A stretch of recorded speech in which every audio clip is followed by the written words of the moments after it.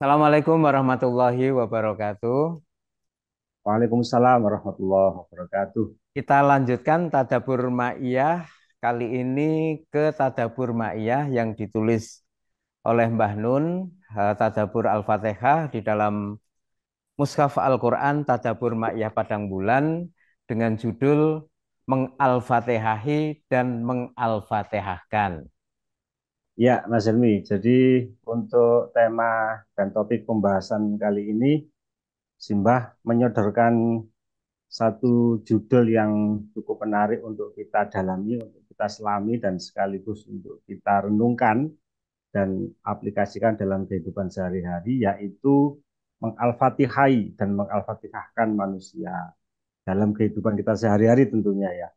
Jadi di awal perbincangan kita pada sesi kali ini, kita seperti sedang berada dan diajak oleh Mbak Nun untuk masuk ke dalam ruang semesta Al-Fatihah.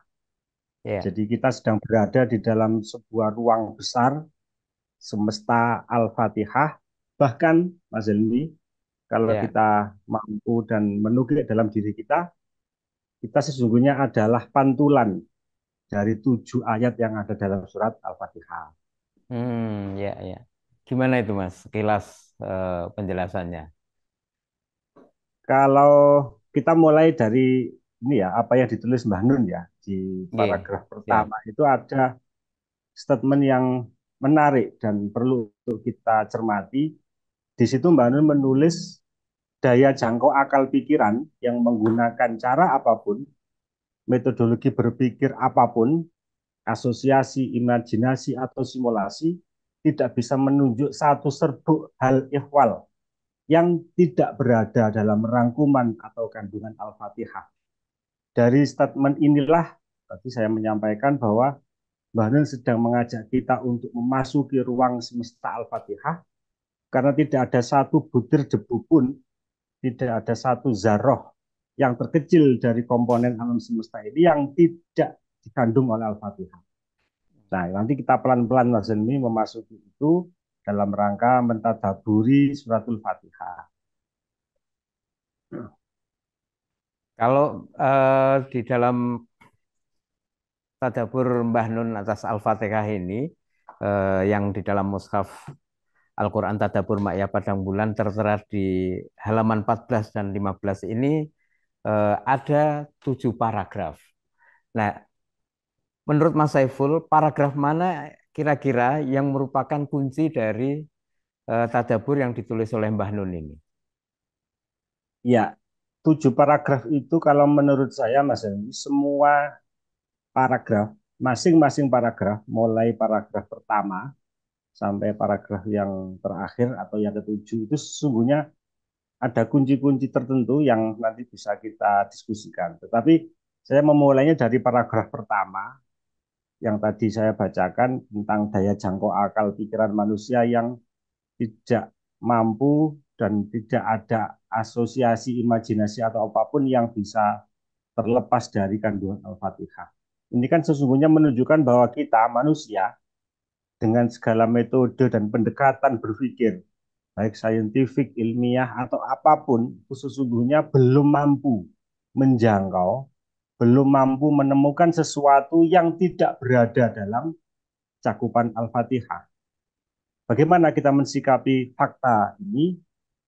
Ya kita mau tidak mau, dengan penuh kesadaran diri, kita perlu menundukkan wajah di hadapan Al-Fatihah bahwa sesungguhnya manusia kita ini memiliki keterbatasan yang tidak bisa kita pungkiri. Kita tidak mampu, bahkan juga belum memiliki kesanggupan untuk menjangkau seluruh kandungan yang ada di dalam surat Al-Fatihah. Ya, kendati demikian, kita paling tidak bisa merasakan dan bisa menangkap satu tetes, dua tetes dari apa yang dikandung oleh suratul Fatihah. Dengan satu tetes, dua tetes itulah kita jadikan bekal untuk menata perilaku kita, menata masa depan kita, dan sekaligus juga menata perilaku kita dalam kehidupan sehari-hari. Adapun Hmm, paragraf yang lain, Mas Helmi, kita nanti ya. bisa menemukan beberapa paragraf kunci ya, walaupun tidak kita bahas semua. Nanti teman-teman Jamaah Ma'iyah atau siapapun yang mau mantau acara ini bisa mencermati sendiri paragraf per paragraf yang ada di buku Tadabbur Ma'iyah.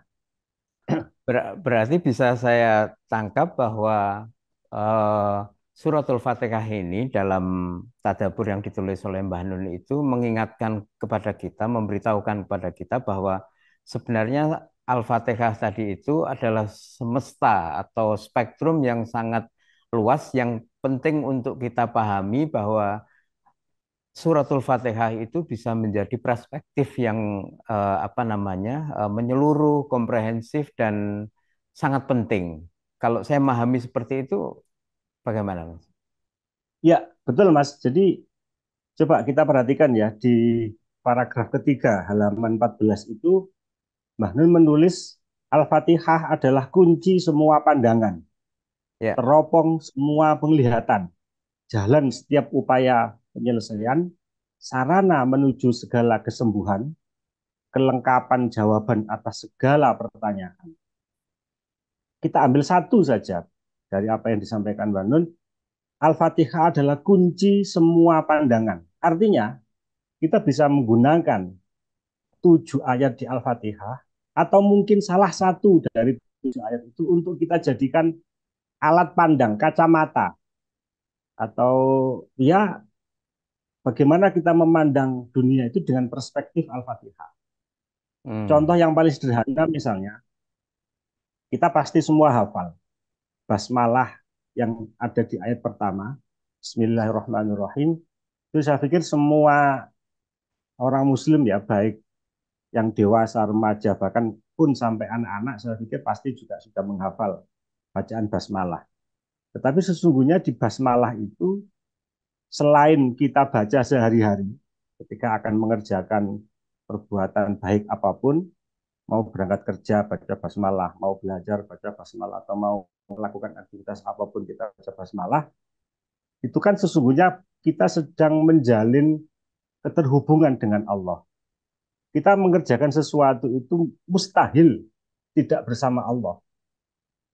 Kita melaksanakan aktivitas apapun, sekecil apapun atau bahkan sesederhana apapun aktivitas itu, mau tidak mau, tidak ada pilihan lain kecuali kita dengan sangat sadar untuk mengajak Allah dan bersama Allah. Karena tidak hmm, ada yang tidak bersama Allah. Bismillahirrahmanirrahim yang secara umum sering diterjemahkan dengan menyebut asma Allah. Artinya di situ ada kebersamaan, komitmen yang kita tanamkan dalam diri kita untuk melakukan aktivitas tertentu selalu bersama dan dibersamai oleh Allah. Kita tidak mungkin bisa mengelak atau meninggalkan fakta ini karena di dalam basmalah itu ada 2 sifat induk Allah, yaitu Ar-Rahman dan Ar-Rahim. Ar-Rahim. Ya, Ar-Rahman kalau Mbah Nun sering menyampaikan kepada teman-teman jamaah ya adalah kasih sayang yang meluas. Allah Hmm, tidak pilih kasih, tidak pandang bulu siapapun makhluk yang terhampar di alam semesta ini semuanya mendapatkan cipratan kasih sayang Ar-Rahman. Adapun Ar-Rahim itu kasih sayang yang mendalam. Kita tidak mungkin bisa menanggalkan 2 sifat Allah yang utama itu, Ar-Rahman dan Ar-Rahim, lalu kita menciptakan model kasih sayang kita sendiri, tidak bisa. Ya hmm. artinya mau tidak mau, tidak ada pilihan lain kecuali kita mengerjakan aktivitas itu selalu bersama dan dibersamai oleh Allah. Itu baru basmalah, Mas. Nanti bisa kita Ya, lagi maknanya. saya apakah itu merupakan implementasi dari mengalfatihahkan ya. Karena saya tadi menyimak Mas Saiful itu membayangkan sebenarnya apapun yang kita hadapi, persoalan yang kita sedang cermati atau permasalahan yang sedang kita alami, kita ngangen-ngangen, kita berpikir, sebenarnya bisa dialfatihahkan dalam pengertian coba suratul Fatihah itu kita implementasikan sebagai cara kita memandang sesuatu. Apakah itu yang disebut mengalfatihahkan, Mas Saiful? Ya, bisa begitu Mas. Jadi mengal-fatihai sekaligus mengal-fatihahkan itu kan bukan bukan dua pekerjaan yang saling berlawanan. Itu Atau berbeda ibarat ya? Nggih. atau berbeda. Itu ibarat Ya, koin itu kan dua keping mata uang aja, hanya salah satu ya, ya, sisi aja. ya. Ya, sisi kalau kita mengal-fatihai berarti ya nanti kita harus punya konsekuensi dan tanggung jawab untuk mengal-fatihahkan. Nah, tadi Ya. apa yang kita diskusikan misalnya tentang basmalah, bahwa kita selalu bersama dan dibersamai oleh Allah, itu kan sesungguhnya kita sedang mengal-fatihai diri kita. Karena kita sedang menanamkan Hmm, kesadaran bahwa ya. kapanpun, dimanapun, dalam kondisi apapun, senang, gembira, susah, sumpek, atau dapat nikmat, atau malah sedang dirundung musibah, sesungguhnya kita itu sedang bersama dan dibersama oleh Allah. Hmm. Karena kita mengal-fatihai diri kita dengan bacaan basmalah. Nah, yang Oh, kedua, Mas, kalau kita sudah bersama dan dibersama oleh Allah, dan itu tertanam dalam lubuk nurani kesadaran kita yang paling dalam, adakah nikmat yang lebih besar dari itu semua? Ya pasti kita menjawab tidak ada. ya. Bersama dan merasa dibersama oleh Allah itu sebuah anugerah yang tidak ternilai. Maka setelah itu kita mengucap ayat yang kedua, Alhamdulillahirabbil alamin. Alamin. Ya. Ya, kita Nah, bersyukur. yang mengal-fatihahi ini membuat saya itu eh, teringat dan membayangkan bahwa mengal-fatihai itu paling tidak bisa ada dua makna. Salah satunya adalah mengal-fatihahi dalam artian kita membaca suratul Fatihah untuk apa misalnya suatu keperluan atau suatu hal. Dan kira-kira kalau menurut Mas Saiful mengal-fatihai ini dalam artian membaca suratul Fatihah itu secara teknis atau secara syariat itu bagaimana? Kapan dan dalam hal apa saja kita ini harus mengal-fatihahi sesuatu hal atau apa gitu? Ya, Al-Fatihah itu kan sebagaimana yang pernah kita diskusikan sebelumnya kan, Al-Fatihah itu bisa dibaca untuk keperluan dan kebutuhan apapun. Al-Fatihah itu lima atlas. Jadi bergantung Hmm. pada tujuan apa. Kalau kita sedang memiliki problem, persoalan, atau ya apapun lah, problematik hidup itu kan bisa kita al-fatihai. Ya, kita meng-al-fatihai problem persoalan kita sendiri. Atau kita sedang memiliki kebutuhan atau hajat yang cukup urgent, kita Hmm. bisa meng-al-fatihai apa yang menjadi kebutuhan kita. Kaifiahnya atau cara bagaimana kita meng-al-fatihai ya bergantung kepada orang itu. Ada yang Hmm. sanggup membaca 7 kali, ada yang 19 kali, ada yang 313 kali, ada yang tanpa dihitung pokok sak pegele, kemudian dia tertidur dan tiba-tiba memperoleh inspirasi. Itu kan upaya yang saya pikir pasti otentik ya antara satu orang dengan orang lain Hmm. itu juga berbeda. Walaupun ada juga beberapa misalnya ijazah doa khusus Al-Fatihah dari para kiai itu juga tidak jadi masalah karena sesungguhnya Hmm. proses itu semua kan menjadi bagian dari bagaimana kita mengal-fatihai hidup kita. Itu Hmm. Mas Helmi. Jadi kalau misalnya anak kita lagi ujian, mau apa namanya, kuliah atau sekolah, kita sering-sering baca Al-Fatihah untuk anak kita yang sedang menempuh proses ujian atau mungkin hal-hal yang lain, saudara kita lagi punya hajat apa, kita bacain atau kita apa namanya tuh kirimin Al-Fatihah gitu, oke ya Mas Saiful ya? Ya oke banget, oke banget.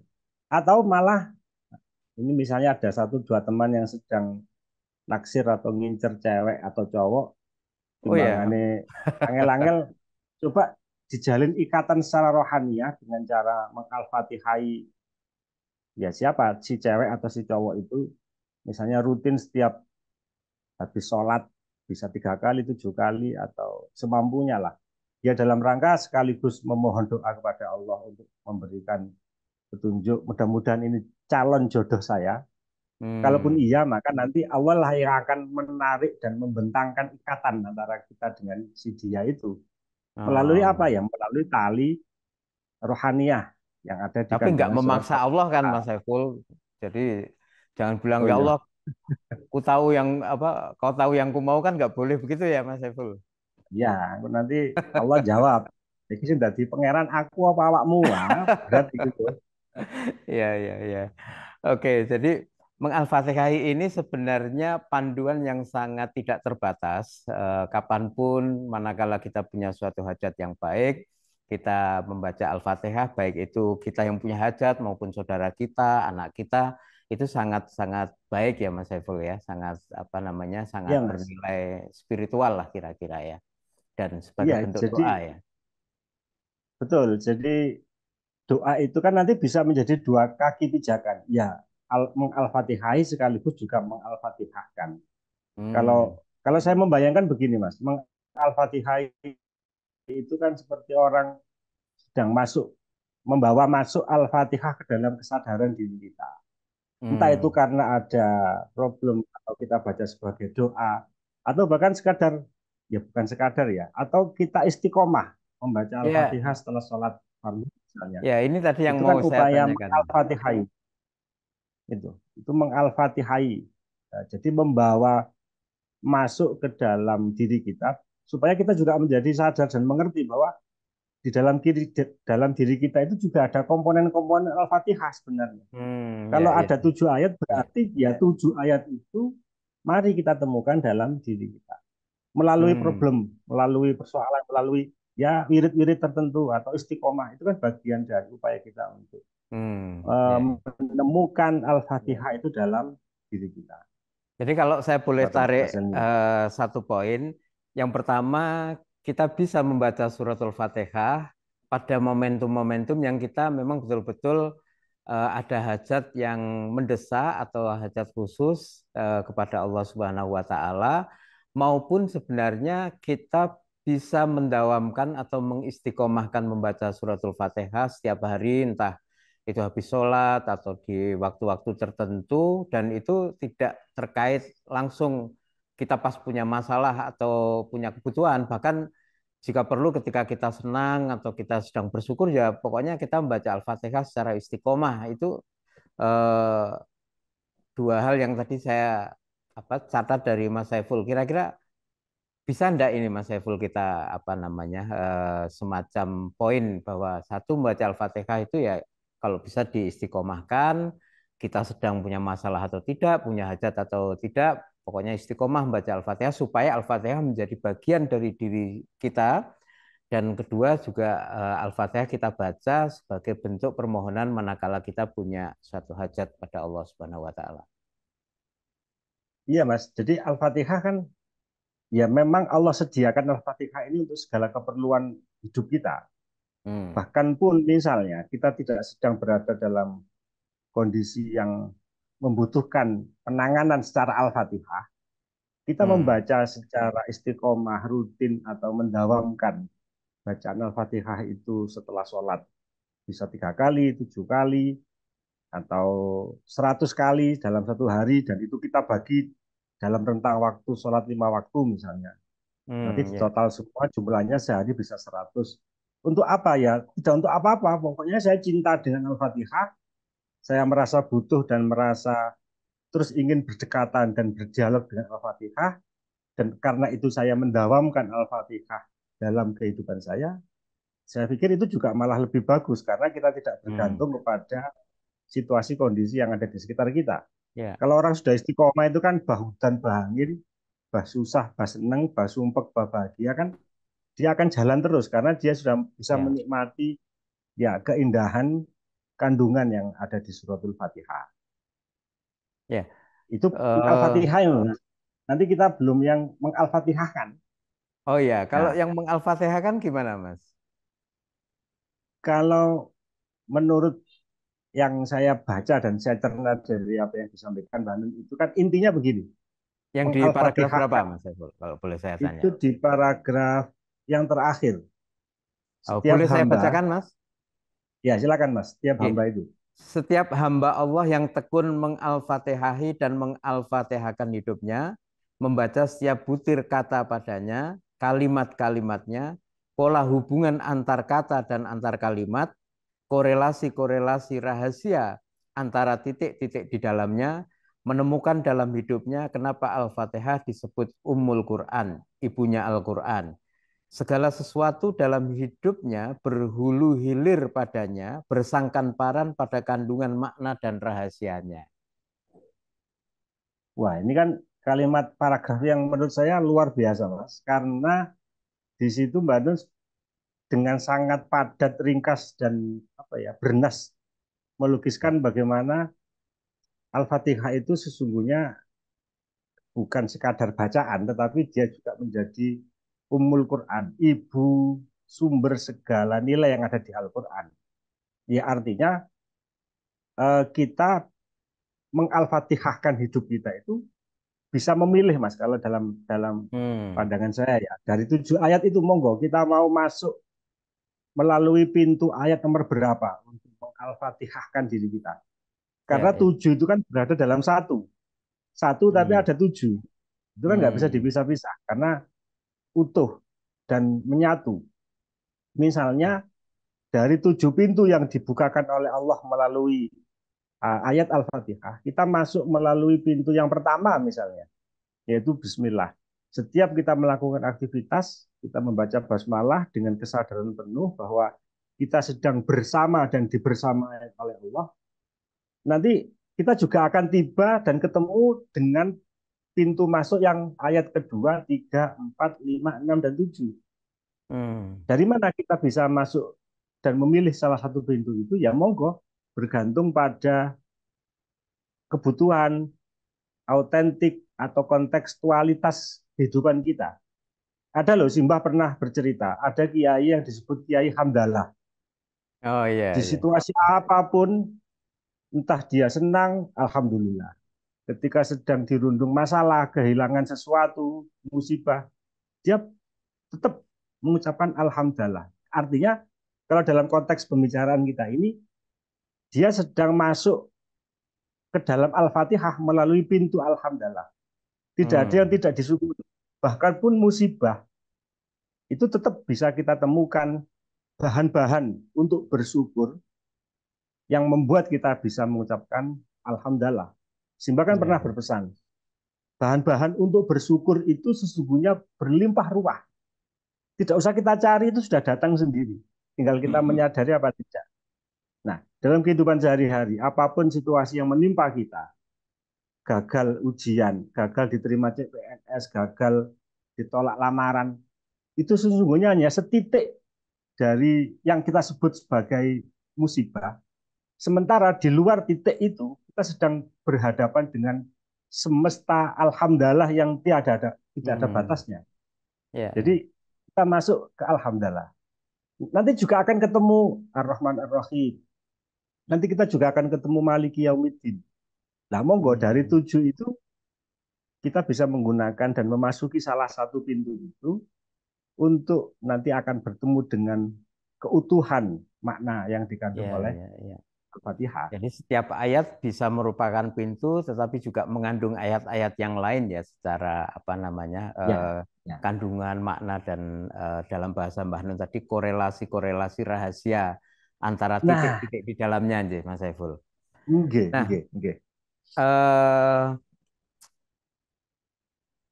mudah-mudahan kita bisa apa namanya mendawamkan, mengistiqomahkan membaca suratul Fatihah supaya kita senantiasa berada di dalam semesta Al-Fatihah, tidak hanya dalam rangka kita berdoa tatkala kita sedang memiliki hajat kepada Allah, tapi juga terutama sekali seperti yang tadi disampaikan Mas Saiful, kita di dalam diri kita Al-Fatihah itu masuk gitu ya. Al-Fatihah menjadi bagian dari diri kita. Kemudian dengan demikian kita bisa menginternalisasi ayat-ayat Al-Fatihah. Dengan begitu pula kita berharap bisa mendapatkan eh, kucuran ilmu yang memancar dari suratul Fatihah, mendapatkan metodologi, mendapatkan inspirasi, mendapatkan petunjuk dari Allah melalui suratul Fatihah. Matur nuwun Mas Saiful. Assalamualaikum warahmatullahi wabarakatuh. Waalaikumsalam warahmatullahi wabarakatuh.